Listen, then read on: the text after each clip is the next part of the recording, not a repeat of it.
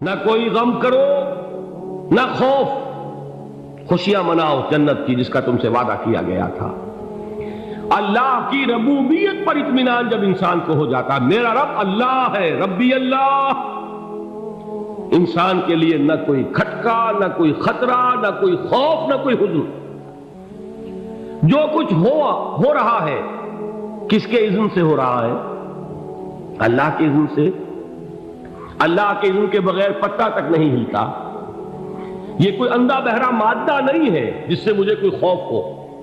اندھا بھینسا چلا آ رہا ہو اس سے تو ڈرنے کا ہر انسان کو ڈرنا چاہیے، نہ معلوم کس کو ٹکر مار دے۔ لیکن نہیں، اس کائنات کو چلانے والا ایک سمیع و بصیر خدا ہے، وہ جو میرا دوست ہے، میرا ولی ہے۔ اللہ ولی الذین آمنوا یخرجہم من الظلمات الی النور۔ اللہ اہل ایمان کا ولی ہے، ساتھی ہے، پشت پناہ ہے، مددگار ہے، حمایتی ہے۔ بتائیے جسے یقین ہو جائے کہ اللہ میرا مددگار، اللہ میرا محافظ، اللہ میرا پشت پناہ، اللہ میرا حمایتی، اس کے لیے کوئی خوف ہوگا؟ اس سے کوئی ڈر ہوگا؟ میں مثال دیا کرتا ہوں ایک بہت سادہ، پنجاب کے دیہات کی۔ تو بڑا چودھری ہے اور کوئی غریب کسان ہے۔ اس غریب کسان کے جانوروں کو ہر وقت اندیشہ ہوگا چوری کا، کوئی میری بھینس کھول کر نہ لے جائے، کوئی میرا بیل کھول کر نہ لے جائے۔ لیکن جس کے بارے میں یہ سب کو معلوم ہو کہ وہ جو بڑا چودھری ہے وہ اس کا دوست ہے، اس کی بچیا کو کوئی خوف ہوگا؟ اس کی بھینس پر کوئی ہاتھ ڈالے گا؟ اسے کوئی اندیشہ ہوگا؟ نہیں۔ کیوں؟ کہ وہ بڑا چودھری، بڑا اس کا یہاں کا سردار، جاگیردار، سب کو معلوم ہے وہ میرا دوست ہے، کوئی میرے خلاف اقدام نہیں کر سکتا۔ اس دنیا میں یہ چھوٹی سی بات اگر آپ کے دلی اطمینان اور سکون کا باعث بن سکتی ہے تو ذرا تصور کیجئے۔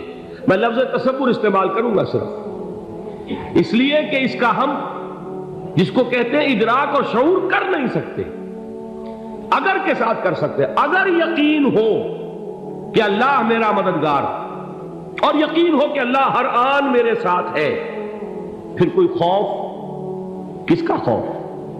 کوئی شے اللہ سے بالا تر ہے؟ کوئی قوت اس سے زیادہ طاقتور ہے؟ کوئی اس کے ارادے کو بدلنے والا ہے؟ کوئی اس کی مشیت کے آڑے آنے والا ہے؟ یہی بات ہے جو حضور نے فرمائی۔ یہ ایمان کا حاصل ہے لب لباب، کہ دیکھو اچھی طرح اس بات کو ذہن نشین کر لو، اگر تمام انسان مل کر تمہیں کوئی نقصان پہنچانا چاہے نہیں پہنچا سکتے، مگر جو کچھ اللہ نے لکھ دیا ہو، اور تمام انسان مل کر تمہیں کوئی نفع پہنچانا چاہے نہیں پہنچا سکتے، مگر وہ شے جو اللہ نے طے کر دی۔ آپ پھر میں کہوں گا ذرا طاری کیجئے، اسے فرض کیجئے، اسے سوچئے۔ اگر اس حدیث پر ہمارا دل ٹھکا ہوا ہو تو کسی سے ڈر ہوگا؟ یہ مجھے نقصان نہ پہنچا دے، یہ میری رپورٹ خراب نہ کر دے، یہ میری انکریمنٹ نہ رکوا دے، یہ میرا یہ نہ بگاڑ دے، یہ میرے یہ نقصان نہ پہنچا دے۔ اس کا ڈر، اس کا ڈر، اس کا خوف، اس کی خوشامد، اس کے لیے جا کر طرح طرح سے اپنی عزت نفس کو ذلیل کروانا اس کے سامنے، یہ سب کچھ کیوں کرتا ہے انسان؟ جب سمجھتا ہے کہ اس کے ہاتھ میں میرا کوئی نفع ہے، اس کے ہاتھ میں میرے لیے کوئی ضرر ہے، یہ مجھے کوئی غضب پہنچا سکتا ہے، یہ مجھے کوئی نقصان پہنچا سکتا ہے، یہ میرا کوئی کام بنا سکتا ہے، یہ میری کوئی ضرورت پوری کر سکتا ہے، اسی کا نام شرک ہے۔ جہاں آپ نے یہ سمجھا کہ غیر اللہ کے اندر کوئی طاقت موجود ہے، وہی شرک ہے۔ بتوں سے تجھ کو امیدیں، خدا سے نو امیدی، مجھے بتا تو صحیح اور کافری کیا ہے؟ شرک تو یہ ہے جس پر بھی تمہیں یہ خیال ہے، کلمہ ہے یہ کلمہ سوم، لا حول ولا قوت الا باللہ۔ ذرا اس پر دل کو کبھی اگر آپ تصور کریں، پھر فرض کریں، دل ٹھک جائے اس پر، کوئی طاقت نہیں۔ یہی بات تھی جو شیخ عبد القادر جیلانی رحمۃ اللہ علیہ نے اپنی وصیت میں اپنے بچے سے کہی۔ 11ویں دینے والے ہیں، لیکن حضرت شیخ عبد القادر جیلانی کی وصیت اور تعلیمات کو کتنے لوگ ہیں تم جانتے ہو؟ یہ جن مقامات تک پہنچے ہیں وہ کس چیز کی بدولت پہنچے؟ انہوں نے جو پیغام دیا وہ کیا تھا؟ اے میرے بچے، جس طریقے سے قرآن مجید میں حضرت لقمان کی نصیحتیں جو ہے نقل کر دی گئی ہیں، میں یہ عرض کروں گا بالفرض اگر قرآن حضرت عبد القادر جیلانی کے بعد نازل ہوا ہوتا تو شیخ عبد القادر کی یہ نصیحتیں بھی قرآن میں درج ہوتی۔ اتنی اونچی نصیحتیں ہیں۔ اے میرے بچے، اس حقیقت کو ذہن نشین کر لے، لا فاعل فی الحقیقت ولا مؤثر الا اللہ۔ اس کائنات میں نہ کوئی فاعل حقیقی ہے نہ مؤثر حقیقی ہے سوائے اللہ۔ کسی شے میں کوئی تاثیر نہیں اگر اللہ نہ چاہے۔ آگ جلا نہیں سکتی اگر اللہ نہ چاہے، پانی ڈبو نہیں سکتا اگر اللہ نہ چاہے، زہر ہلاک نہیں کر سکتا اگر اللہ نہ چاہے، کوئی چیز فائدہ نہیں پہنچا سکتی اگر اللہ نہ چاہے۔ تو در در پہ کیوں سر جھکاتے ہو؟ در در پر کیوں جبیں سائی کرتے ہو؟ سب کے سامنے کیوں ہاتھ پھیلاتے ہو؟ ایک اللہ سے مانگو، ایک اللہ کے سامنے زمین پر اپنی جبین رکھو۔ لا فاعل فی الحقیقت ولا مؤثر الا اللہ۔ نظر آتا ہے ہمیں کہ پانی پیاس بجھا دیتا ہے، پیاس بجھانے کی صلاحیت پانی میں نہیں ہے، اللہ کے اذن سے۔ کھانا بھوک مٹا دیتا ہے، بھوک مٹانے کی صلاحیت کھانے میں نہیں ہے، اذن رب میں۔ دیکھیے یہی یقین تھا حضرت موسیٰ علیہ السلام کا واقعہ یاد کیجئے۔ سامنے سمندر آ گیا ہے، قوم دیکھتی ہے پیچھے کہ گرد و غبار کا طوفان۔ معلوم ہوا کہ فرعون اپنے لشکر سمیت آ گیا۔ لشکر جب چلتا تھا تیز رفتاری کے ساتھ تو گرد و غبار کا جو طوفان اٹھتا تھا اس کا تصور کیجیے، اور لمحہ بلمحہ وہ قریب آ رہا ہے۔ پوری قوم نے کیا کہا؟ اے موسیٰ انا لمدرکون، اے موسیٰ ہم کو پکڑے گئے۔ قرآن مجید نے تو یہاں وہ باتیں نہیں لکھی ہیں، لیکن تورات میں یہ درج ہے کہ بنی اسرائیل جھگڑنے لگے، دست و گریبان ہو گئے موسیٰ کے ساتھ۔ موسیٰ ہمیں یہاں مروایا لا کر، اس سے تو ہم ہی بہتر تھے، وہاں کھانے کو ملتا تھا، زندگی تو تھی، بیگار ہم کر رہے تھے، موت تو نہیں تھی۔ اب جو کچھ ہوگا اس کا تصور کرو، جس طریقے سے ہمارے ٹکڑے اڑائے جائیں گے۔ تو لڑ رہے ہیں حضرت موسیٰ علیہ السلام سے۔ یہ تورات کی تفصیل ہے، قرآن میں صرف اتنا آیا ہے، پریشان ہو کر انہوں نے کہا انا لمدرکون، موسیٰ ہم کو پکڑے گئے۔ اس وقت موسیٰ کا جواب کیا ہے؟ کلا ان معی ربی سیہدین، نہیں، میرے ساتھ میرا رب ہے، وہ راستہ دے گا۔ بتائیے کہاں راستہ نظر آ رہا ہے؟ یہ ہے ایمان بالغیب۔ راستہ نظر نہ آئے تب اللہ پر یقین ایمان ہے۔ جیب میں پیسے ہوں اور تب دل کو اطمینان ہے تو ایمان کس پر ہوا؟ پیسے پر، اللہ پر نہیں۔ جب وسائل و ذرائع نہ ہو اور پھر یقین ہو کہ اللہ مسبب الاسباب ہے، وہ اسباب کا پابند نہیں ہے، وہ اسباب کا محتاج نہیں ہے، اسباب اس کے محتاج ہے۔ اگر یہ یقین ہے تو اللہ پر ایمان ہے، یہ نہیں ہے تو تمہارا ایمان اسباب پر ہے، وسائل پر ہے، ذرائع پر ہے، مادیات پر ہے، اللہ پر نہیں۔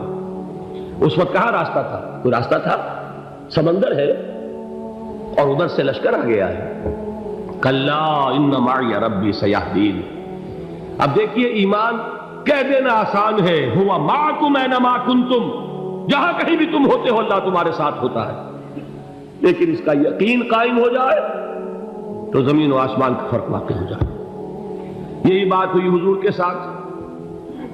غار ہے، چھپے ہوئے ہیں محمد رسول اللہ اور آپ کے وہ یار غار ابو بکر صدیق رضی اللہ تعالی عنہ۔